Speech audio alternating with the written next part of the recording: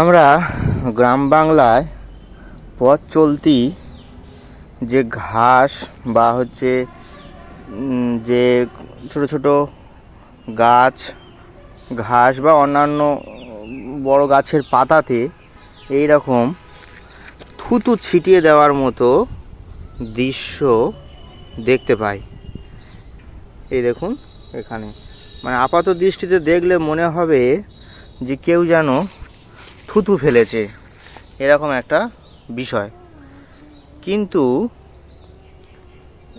এটা সাধারণত কুকুস্পিট বা ফ্রগ হপার বা স্পিটল বাগের ফেনা। বাংলায় অনেকে একে পোকামাকড়ের থুতু বলেই জানে। ছোট্ট এক ধরনের পোকা ঘাস বা গাছের রস খেয়ে এই সাদা ফেনার মতো আবরণ তৈরি করে। এতে এরা রোদ, শত্রু পোকা আর শুকিয়ে যাওয়া থেকে বাঁচে।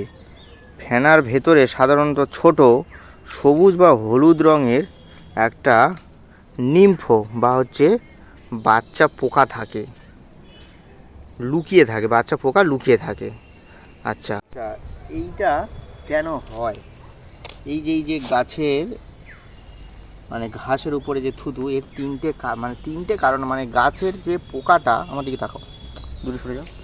গাছের যে এর ভিতরে যে পোকাটা আছে সেটা এই ঘাসের রস শোষণ করে তাদের শরীর থেকে এক ধরনের তরল বার করে। সেই তরল বাতাসের সংস্পর্শে এসে এরকম থুতু বা ফেনার মতো তৈরি হয়।